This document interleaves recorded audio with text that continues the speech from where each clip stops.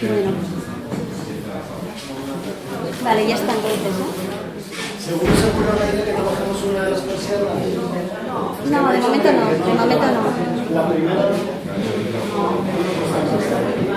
Sí, sí, es que si no nos vamos a dormir.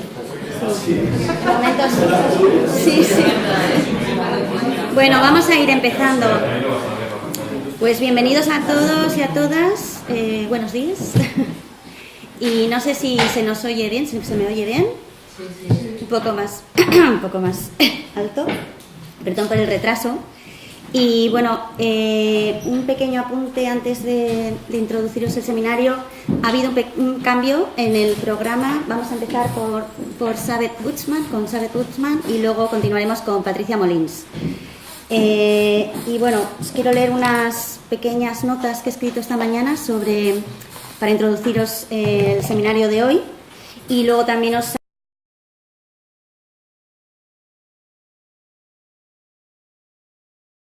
Y bueno, comentaros que el seminario de hoy trata de leer y de analizar el textil, es decir, su rol, su materialidad, su performatividad dentro del arte contemporáneo, desde un desplazamiento metafórico, es decir, desde la perspectiva del sur como emplazamiento imaginario, político y estético. Esta idea de leer los tejidos, que es el título de, ¿no?, leer los tejidos desde el sur, el título del seminario, desde este desplazamiento intencionado, tiene que ver con una serie de conversaciones que hemos tenido a lo largo de estos 2 últimos años acerca del textil como medio artístico dentro del contexto del proyecto Open Letter, que es donde se contextualiza este seminario, y que es un proyecto que está en curso todavía y que fue iniciado por Rike Frank y Grant Watson, en el que la Academia de Bellas Artes de Viena, la que Sabeth Buchmann imparte clases, y Bulegoa han participado con la organización de varios seminarios. En relación a esas conversaciones previas, por ejemplo, recuerdo la propuesta que planteaba Ty Smith el año pasado, justamente en el contexto del seminario de la Academia de Bellas Artes de Viena, de considerar el textil como un intermedio, como un medio artístico que se sitúa entre varios medios, ¿no? Sobre todo analizando, como lo hace ella en su texto Limits of the Tactile and the Optical Bauhaus Fabric in the Frame of Photography, publicado en la revista Grey Room en 2006, y donde analiza la relación del textil como un fenómeno táctil que desde su irrupción en la vanguardia de la Bauhaus se relaciona con otro medio, puramente óptico, como es la fotografía. La relación dialéctica entre la percepción óptica y táctil también va a ser un tema recurrente en la historia del arte y en la vanguardia artística moderna a través de la figura de Alois Riegel. Y esta línea de reflexión fue la que dio paso al seminario en la Academia de Bellas Artes de Viena el año pasado, donde Sabeth Buchmann, como os he dicho, imparte clases, ¿no? De manera más individual y contextualizando lo que Sabeth va a presentar hoy aquí en Bulegoa, nos quiere proponer la forma en la que ella está abordando justamente el estudio del textil desde preocupaciones y aproximaciones desarrolladas por Riegel, y que quiere de alguna manera recuperarlas para estudiarlas y analizarlas desde el presente, es decir, desde la práctica artística contemporánea. Bueno, en definitiva, hoy nos gustaría centrarnos en la capacidad del textil de provocar desplazamientos imaginarios, sobre todo a la hora de desestabilizar las divisiones jerárquicas y binarias, como la separación entre arte y artesanía, los límites entre lo táctil y lo óptico, o las fronteras geopolíticas entre norte y sur. En este sentido, el seminario arranca, bueno, ahora ya no arranca, pero también en la sesión de la mañana con Patricia Molins, con su presentación, que de nuevo plantea un lugar entre medios para el textil, es decir, un lugar entre el tejido y el texto, ¿no? Y algunas de las reflexiones previas que Patricia ha compartido durante la organización de este seminario también son relevantes, ¿no? Como por ejemplo el tejido como un desestabilizador del par binario de la máquina y la mano, es decir, un medio que se desarrolla entre el material, el cuerpo y su performatividad, y la máquina tejedora, ¿no?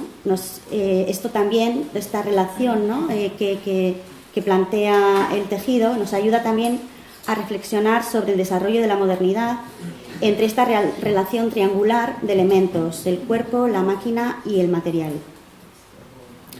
Me gustaría, por último, también agradecer la presencia de Teresa Lanceta y Laurence Rassel en el seminario, ya que gracias a ellas vamos a poder acercarnos y tocar incluso con nuestras manos varias piezas textiles que forman parte del cuerpo de trabajo de Teresa. Pero también nos puede ayudar a entender su compromiso, su compromiso largo, ¿no? Expandido en el tiempo, como artista e investigadora comprometida con este medio, y sobre todo a partir del contacto, ¿no? Y del conocimiento aprendido con tejedoras bereberes del Atlas Medios de Marruecos. Sin más, me gustaría recordaros el horario de esta mañana. Como os he dicho, ha habido un cambio. Empezamos por la presentación de Sabeth Buchmann, titulada Historias, ligeras de ropa. Luego vamos a continuar seguidos, sin ronda de preguntas, con la presentación de Patricia Molins, titulada Lo que no tiene nombre, el tejido como texto. Y luego vamos a pasar a una mesa redonda o a un debate en el que Rique Frank nos va a introducir o nos va a presentar la exposición que ha comisariado recientemente junto con Grant Watson y que de alguna manera es una de las estaciones importantes del proyecto. Luego vamos a comer, va a haber unas tortillas y unas ensaladas y estáis todos invitados, tipo picnic, y luego ya pasaremos a la sesión de la tarde que la va a introducir Rique. Y bueno, leeros el currículum para introducir a Sabeth Buchmann. I'm gonna read your bio, if that's fine. So I don't forget anything. Is it short, please? Okay. Bueno, lo voy a leer rápido para abreviar. Bueno, Sabeth Buchmann es historiadora y crítica de arte, es profesora de arte moderno y posmoderno en la Academia de Bellas Artes de Viena y presidenta del Instituto de Teoría del Arte y Estudios Culturales de Viena, miembro del consejo asesor de la revista berlinesa Test for Kunst. Escribe de manera regular en libros, revistas, catálogos y es coeditora de Polypen, una serie de publicaciones de crítica de arte y teoría política junto a Helmut Dassler, Clemens Krummel y Susan Lee. Entre sus más recientes publicaciones se cuentan Elliot y Sica, Neville de Almeida and Others, Blog Experiments in Cosmococa, y junto a más Jorge Hinderer Cruz ha publicado Film, Avant-Garde and Biopolitik. Y bueno, sin más, os paso a Sabeth. Yeah, thank you so much, Leire, for the kind introduction, and thank you also for having me here. Thank you also the wonderful Bulegoa group for having us here, and for coming this morning. So I have a bit to explain the pre-assumptions of my talk today. It is not exactly about textile design. It will be more about the epistemological perspective of textiles and with the emphasis of tactile perception. And the lecture. 1 second, because there's some more. Okay. Just wait 1 second so that Yeah. you sit down and then we start. Otherwise, it's maybe a little too noisy. You are right.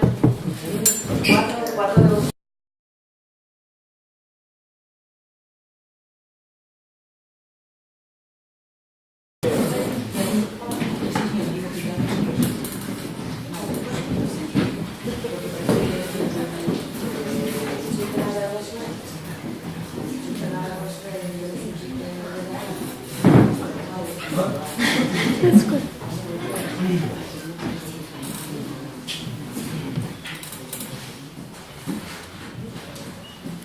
Okay, so I restart.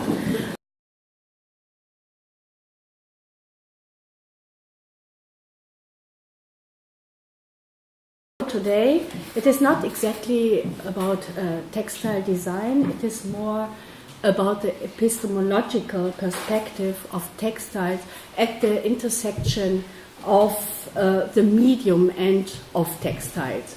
So, and this is in a way a kind of continuation of the discussion we had in Vienna when we met, and it will try to put in relation the work of Elioiti Sika and Neville D'Almeida, a work series which had been produced between 73 and 74. As the most of you might know, it's the work of two Brazilian filmmakers and artists who then in the beginning of the 70s, also due to the dictatorship in Brazil, migrated to New York. So this was also the background of my decision to talk about their work, because I liked about your paper mentioning the perspective of the South, and so I would like to show how the perspective of the South then was meant to be also an intervention into certain hegemonic or dominant perspectives of Western or Northern understanding of contemporary art. Before I start my paper, I would like to show you some film clippings, and I would like to show you some slides actually of the work, so that you have a better understanding what I'm talking about. And I'm very happy that I can present this here today, since this is really a privilege. The film clippings haven't been published yet.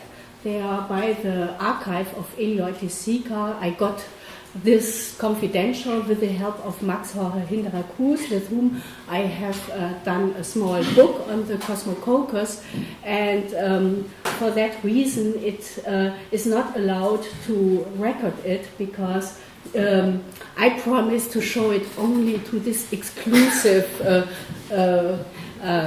circle of people and audience.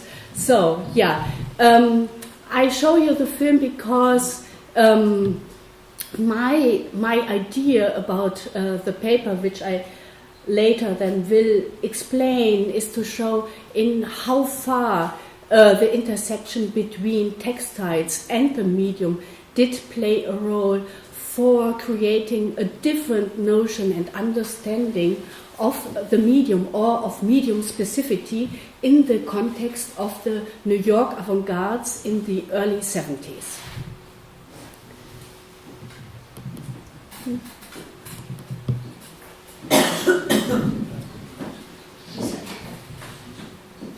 Visualización.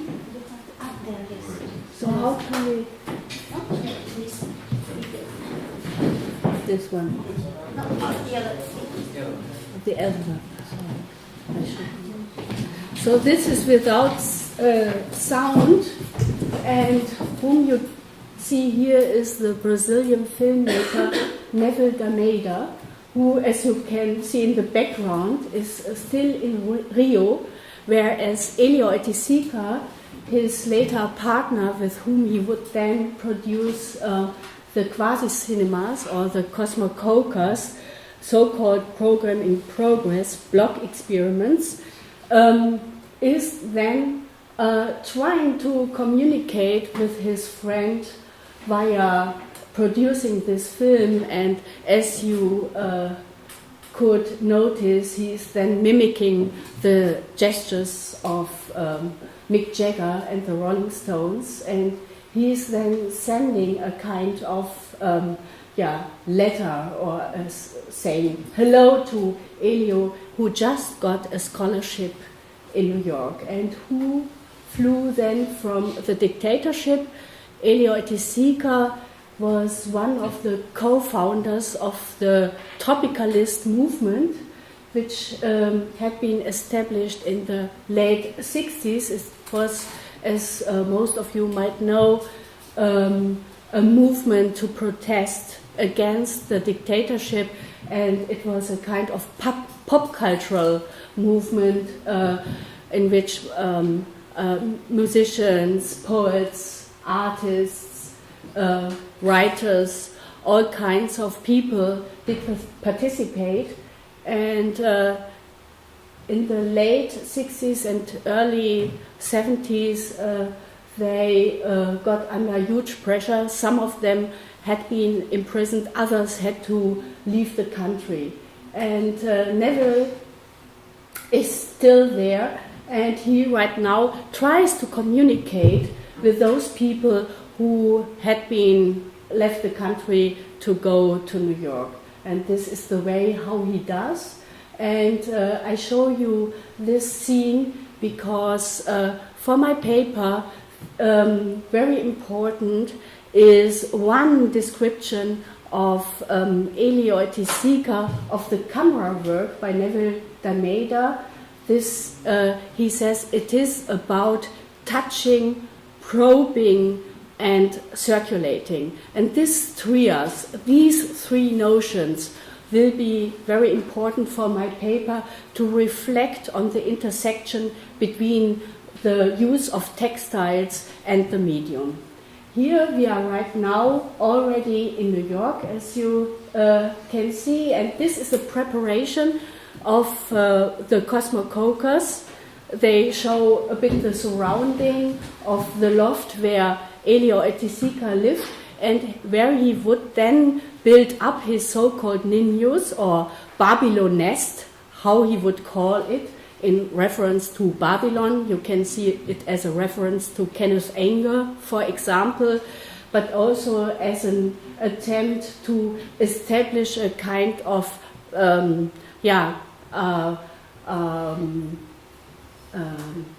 exile situation, and which you later will see for which the use of textile is very important. Here you see right now Elio Etisika himself, and as you can see, textiles play also a significant role in terms of pop cultural implications.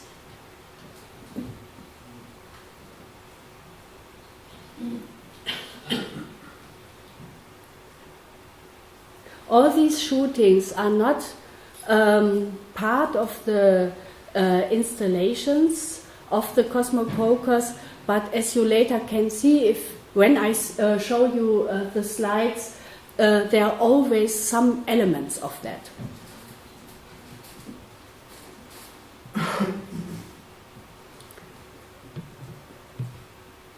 Probably I put it a bit forward.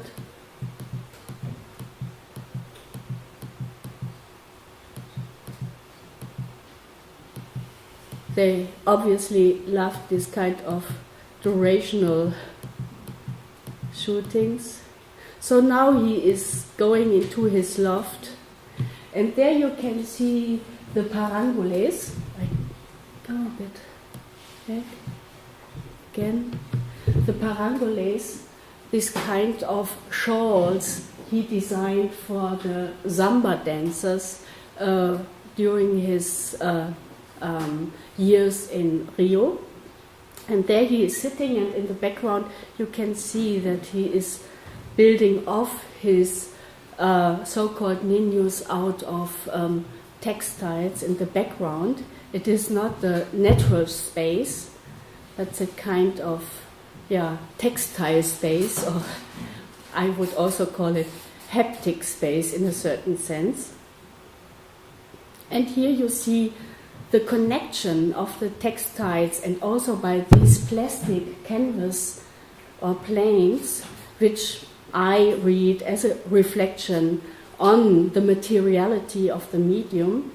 And you can see how, in what way all these references, which then later play a significant role for the construction of the Cosmococus, here the hammock, and always there are textiles in the play. And here you see then what is the very significant motif of the Cosmococus. These are the so-called make-ups of covers, of records or of books, and those I stop it here because here again you see the way how the textiles become directly attached to the medium or to the technical materials and how it is played around. Also the design of the shirts play a role, and you can see this notion of touching, of caressing, of the tactile quality, how Neville and Elio are treating the material. Then they would later re-photograph and present that or project them as slides. And here you can see how they treat those photographies with cocaine. And they use it as a pigment or as a drawing material.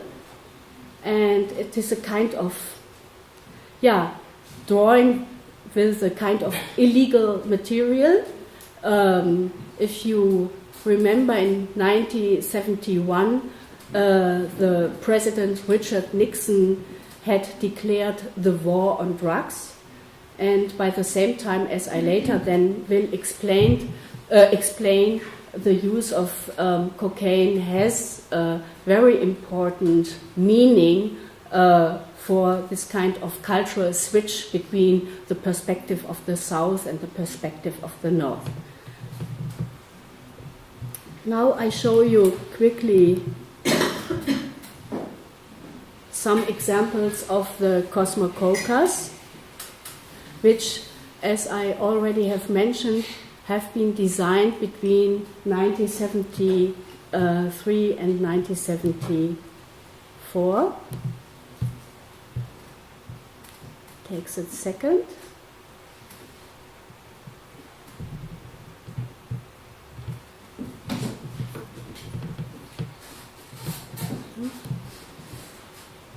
So there is the CC5. There had been structured by numbers.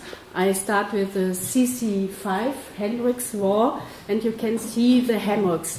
It's the same, kind of material he has shown in his apartment, and the way how he transforms the construction of the Ninus right now in the construction of the Cosmococas.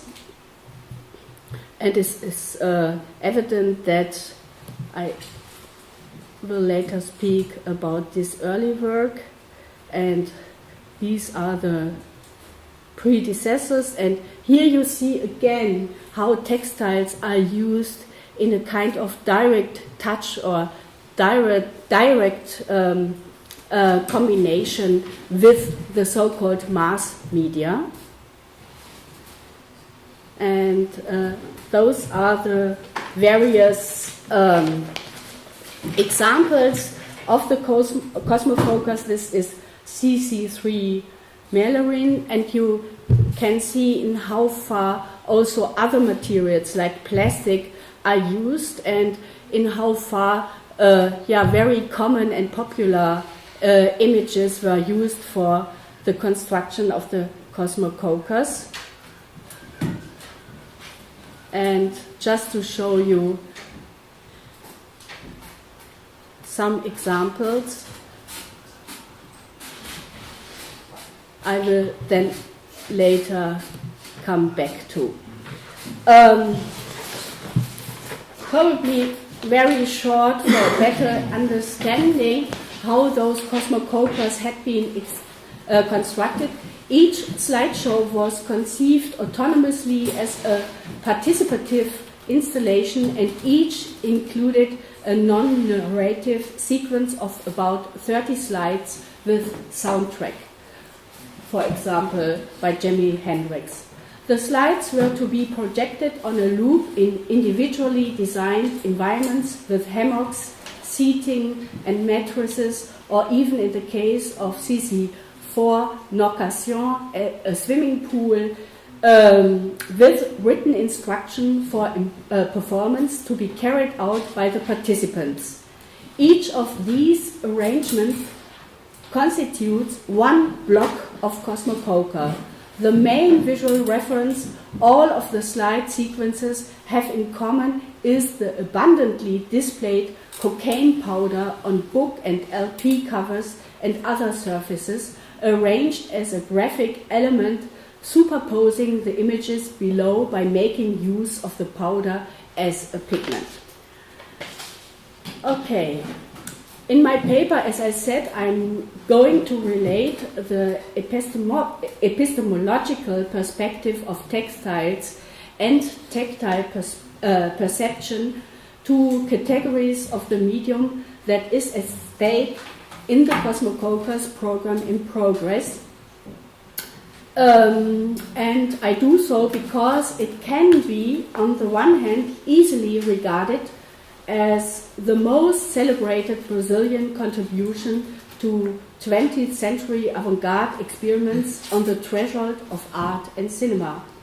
On the other hand, the Cosmocaucus help us to revise the manifold implications and meanings of the medium, not only in the context of the late 60s and early 70s, but also in the context of the New York avant-gardes, which have become then a site of the migrants from the south. And it was not only from Brazil, but also from other countries where at that time dictatorships were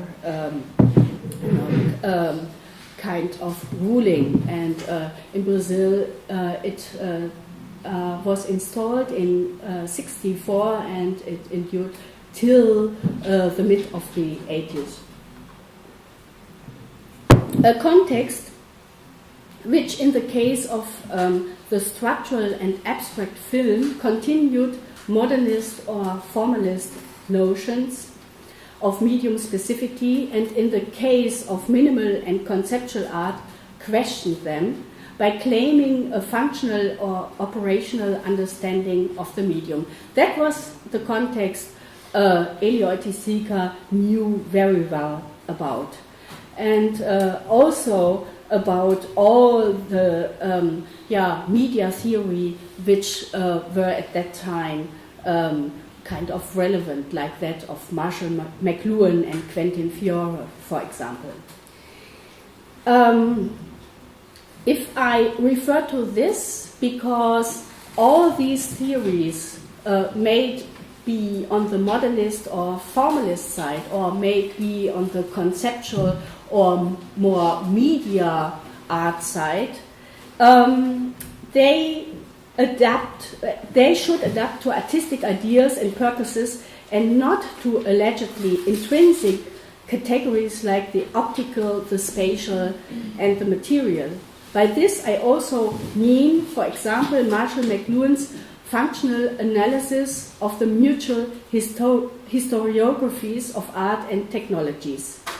But acknowledging the obvious emphasis on tactile qualities, which we become aware of watching the film clippings and the exemplary reproduction of the Cosmocaucus, we may ask whether and how far Oiticica's and Almeida's use of media match with the mentioned approaches, or whether and how far they overcome all of them by mixing formalist, functional, and conceptual understandings of the medium. I pose this question because the emphasis of tactile perception doesn't necessarily prove a non-formalistic approach.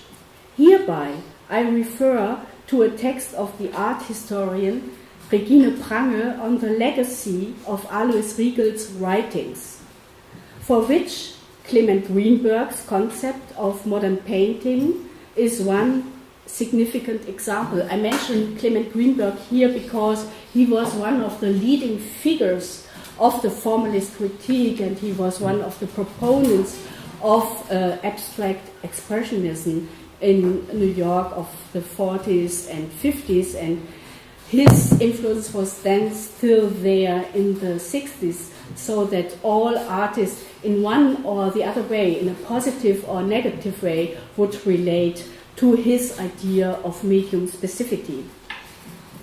Following Prange's argument, Greenberg's claim for a medium-specific notion of painting by emphasizing flatness and optical qualities has been an update of Riegel's distinction between close and distant vision in correlation to the antithetical construction of the optical and the tactile.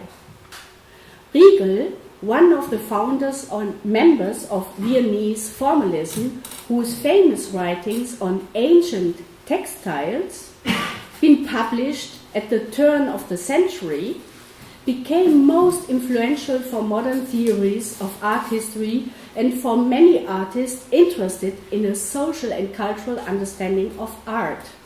For example, artists in the context of historical constructivism, like Theo van Doesburg, who was, in collaboration with Piet Mondrian, one of the founders of the style. I mention this because the Brazilian artist Lucia Clark introduced Heliotistica into the work of Mondrian, which influence is especially evident in his early installations. We already saw that.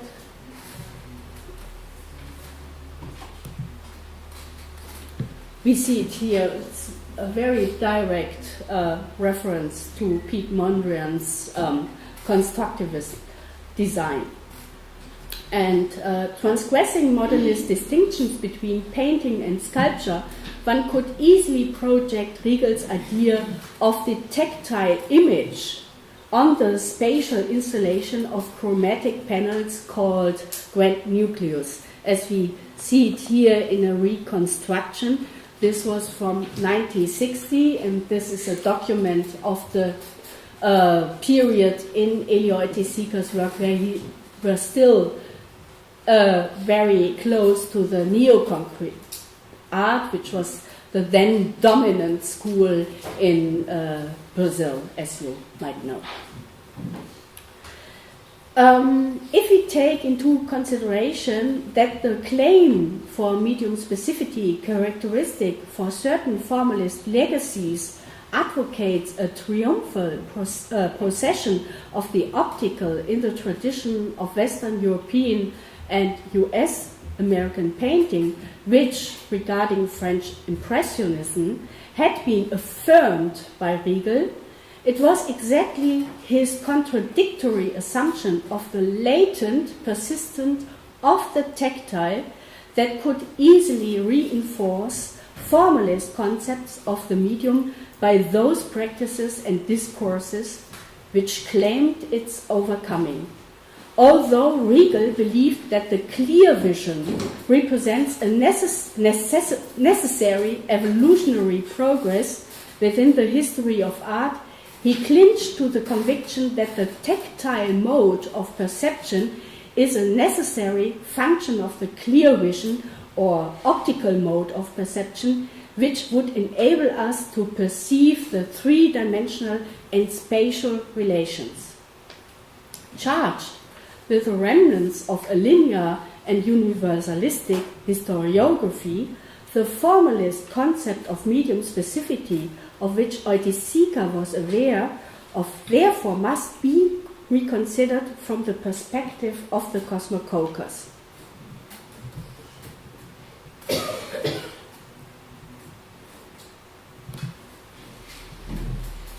No? Doesn't appear? I don't know why. Sorry. Here.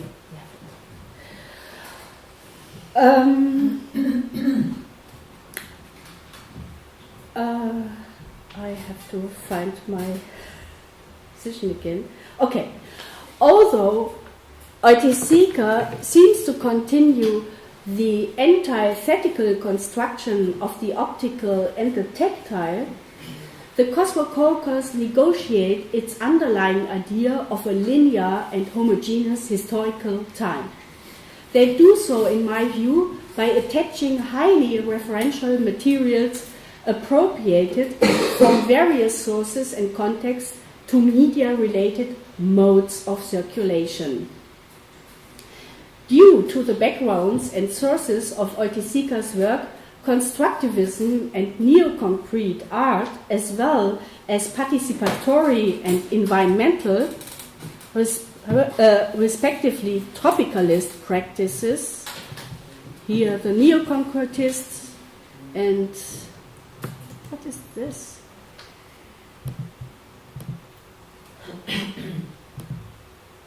So here we have an installation from 1967, the so-called Tropicalia installation, which he did then at the New Museum in Rio de Janeiro, and it was these kind of huts were then constructed of textiles, as we easily can see, and they were in reference to the kind of temporary housing in the favelas of Rio de Janeiro.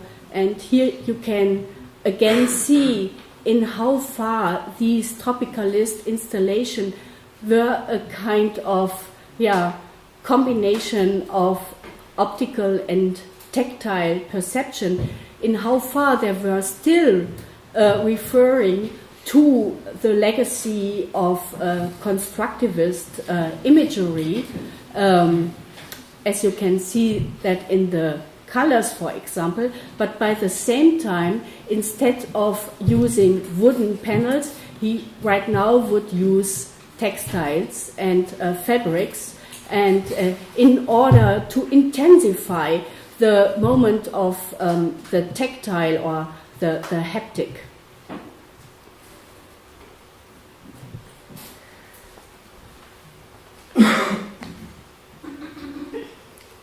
So, therefore, it is not surprising that Oiticica's emphasis on Neville D'Almeida's early 70s film, and we just saw only one clipping from Rio de Janeiro, especially relating to its quality, quote, to grasp the environment's sensorial plasticity. Considering my initial considerations on the historical implications of tactile perception, I want to point out here Oiticica's description of D'Almeida's camera work as, quote, a sensorial glove for touching, probing, circulating. Following Elio, this was an initial inspiration for letting the formal limit situation of the cinematic medium explode into slides. Obviously thought to become something other than cinema, this model of or better to say, demediation, is based on the attachment of materials like textiles to single literally moved photographs.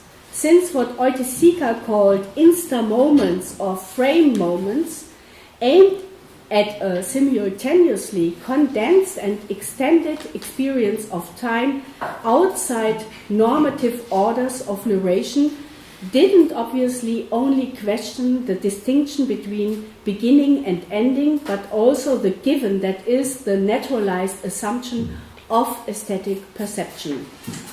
Comparable to those practices between art and cinema, which were significant for the New York underground, for pop, conceptual and media art scene at that time, I think of artists like Nam June Paik, Jack Smith, Andy Warhol, as well as of the artists in the context of expanded cinema. Oiticica's and D'Almeida's project aimed not only at the image or picture as such, but at its ability to intervene into those spatio-temporal structures which they considered as constitutive for the nexus of material and medium. By multiplying the projections, scattering the projected images all over the place, as we have seen it in the CC5,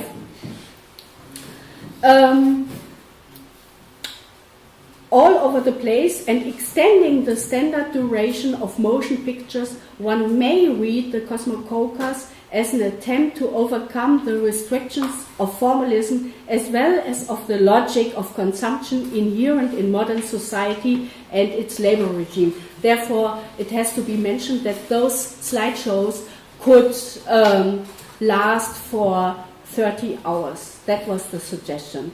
By taking and consuming cocaine, it was something what was very necessary to have this kind of non-stop cinema experience. But what does this mean considering the construction of tactile perception?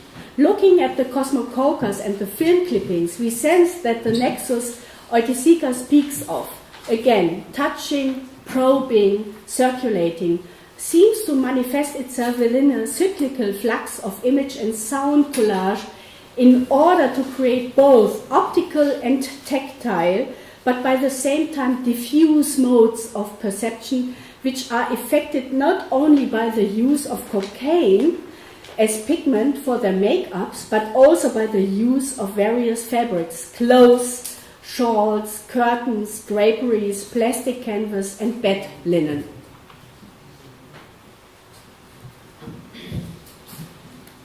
Here we can also see a kind of humorous reference to constructivism, but also to stripe paintings. So we can associate, or we cannot, and we can only see a kind of casual material in the use of those textiles.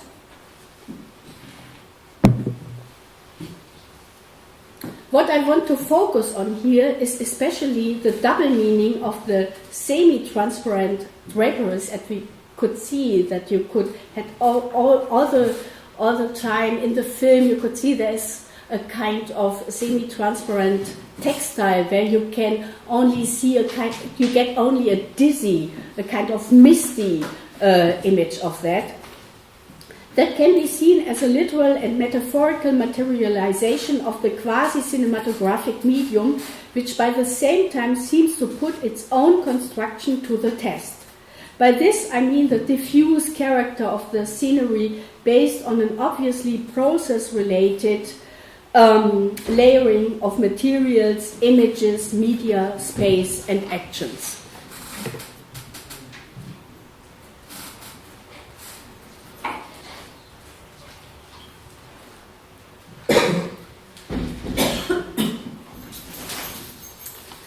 According to Beatriz Canero, especially CC6 cokehead soup shows images of the translucent reflection of cocaine spread over the record sleeve, creating what Oiticica named coca mist due to its misty appearance. Therefore, one should argue that it is exactly this diffuse appearance which doesn't let us read the images only as functional or instrumental carriers of messages, but as ways to create an opaque medium. Therefore, it is less the translucent character which, for example, Clement Greenberg defined as medium-specific quality of photography, nor its conceptual use as neutral or easily readable information, but a sense of density that becomes revealed by its reflection and projection. As already mentioned, therefore, the act of touching can be linked to tactile modes of perception, which in combination with the notions of probing and circulation seems to require a constant process of connecting to given circulations of images, sounds, materials like those of books, magazines, and records. By this I mean they just took as material what was on circulation. It was not specific, it was not something exclusive, it was something everybody could have and get and work on.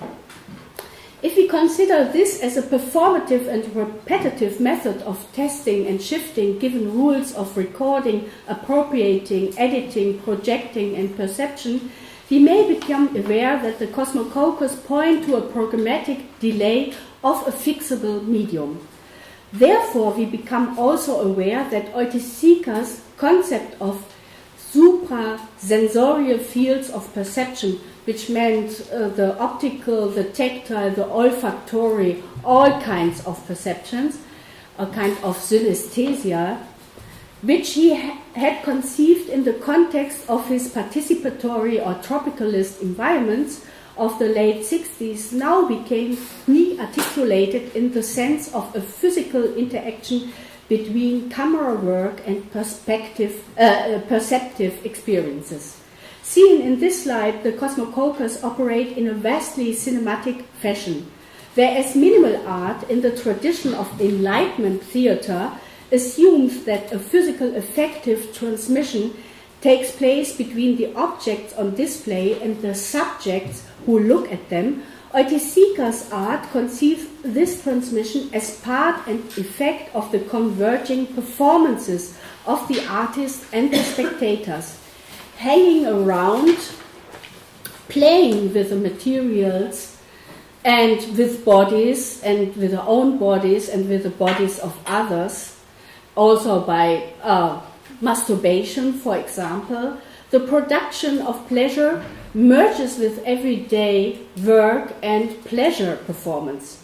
As in CC6, where we listen to a montage of the Rolling Stones and a typewriter, the message turns very much like McLuhan's into a massage. Actions like caressing and petting turn into the creation of coke lines and drawings. One activity merges with another, different one. Such forms of affectation, or better, self-affectation, are obviously meant to alienate common understandings of perception. This lets us think Oiticica's concept of medium to a genealogy of media theory anchored in Aristotelian philosophy, and he was very much aware of the whole traditions of philosophy. He has read a lot of stuff, which positions the medium less in relation to formalist categories of the optical and the tactile, but more in relation to an unembodied movement in the double sense of physical and emotional activity. The key term here is affect, with A. Affects, the philosopher and art historian Emmanuel Aloa states, are at the same time produced and perceived by and as movements, bodily movements, as well as they transmit movements in order to create a process of mediation.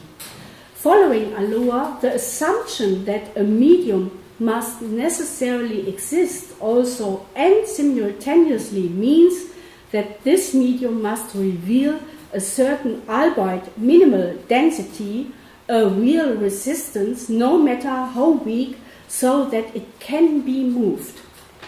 Regarding Aristotle's teaching on media, Aloa remarks that perception can consist neither of two totally equal nor two totally different relata or relational terms. Hence, perception occurs only when something appears to a perceiver that affects him in a kind of physical and emotional sense.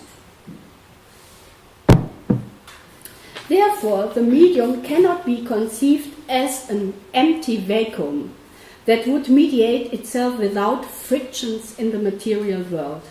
Considering the Cosmococos, I would like to state that this friction is always related to the textiles that Dalmeida and Oiticica bring into play. Their use allows either a linear or causal distinction between old and new media, like McLuhan suggests, nor it can be reduced to formalist antithesis of the optical and the tactile, or the idea of the medium as a neutral operator. Instead, the textiles, as we have seen that, bolster the medium as a material and rule-based structure that becomes by the same time manifest and negotiated via a mutual process of moving and affecting. Understood in an Aristotelian sense, a media of transmission, the sometimes opaque, sometimes diaphane materials produce exactly the visibility of what they convey.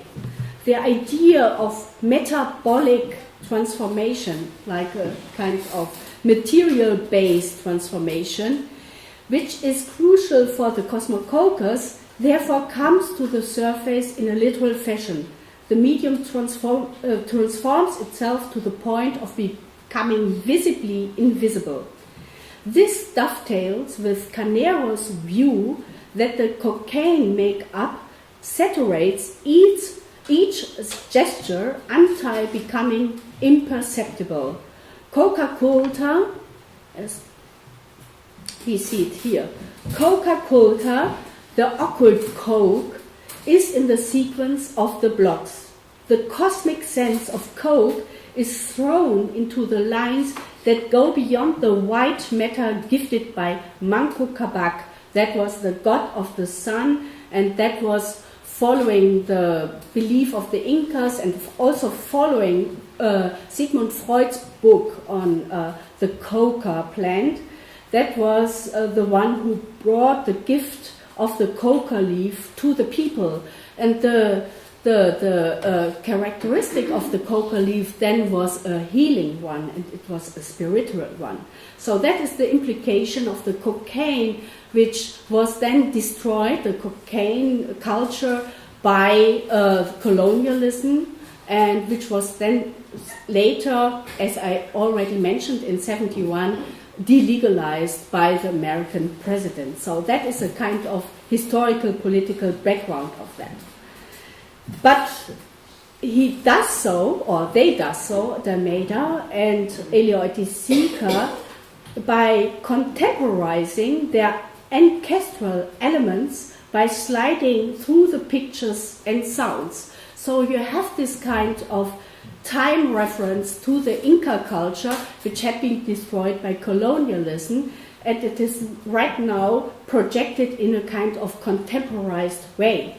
I would like to add here that the ancestral elements of cocaine are contemporized, if that word exists, made as a kind of contemporary experience.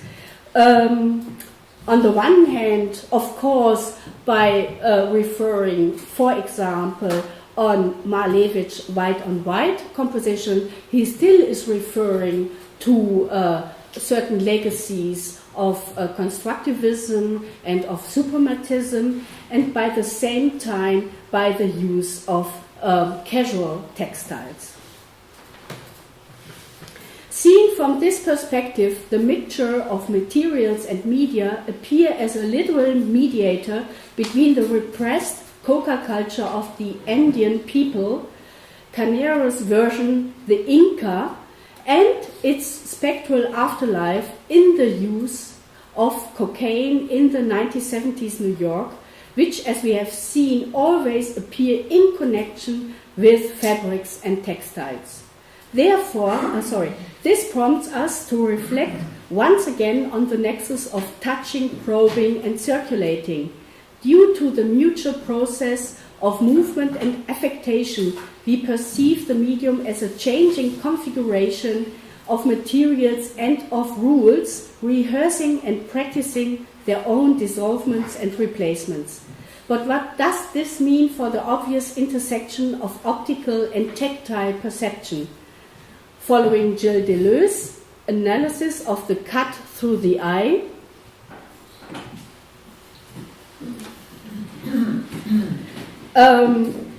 in Buñuel's and Dali's Un Chien Andalou, to which the first Cosmococa CC1 Trashyscape refers, can be therefore read as a starting point for a different than formalistic understanding of the optical image, an understanding that maintains the role of virtual image in relation to the next one. Due to metonymic shifts between the images, the actualization of a single image comes along with its virtualization in relation to others. This description closely matches Oiticica's use of the coat lines as a literal and metaphorical form of touching in the sense of an extended embodiment of the cut. The sequential presence and absence of the cocaine line, the artist claims, corresponds to the sequence of the slides, something in which he recognizes a cinematic principle, as though viewing the work would be a mutual process of cutting and mounting real and virtual images in order to transmit and circulate their literally tactile relations. Since such a construction of the medium implies obviously repetitive and continuing, with other words, time-consuming movements of the unfolded body, which we could see then in the hammocks in the CC5, it is the kind of unfolded or embedded moving body which is moving in the light, and that is the basic definition of the cinematic medium. It again uses this connection of textiles and the medium.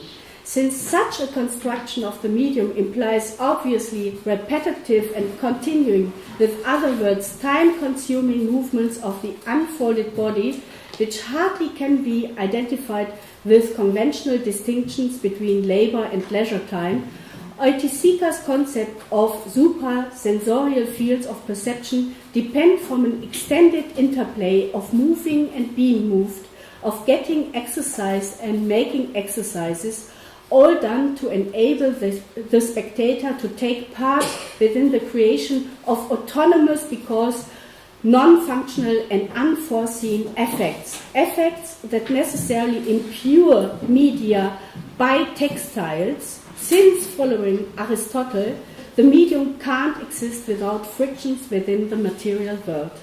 Thank you.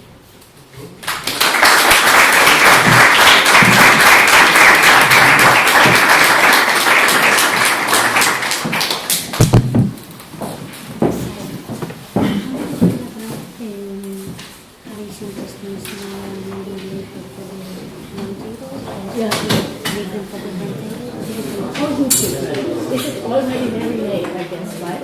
That I used a long time, yeah? Yes, I think that. Yeah, so, okay.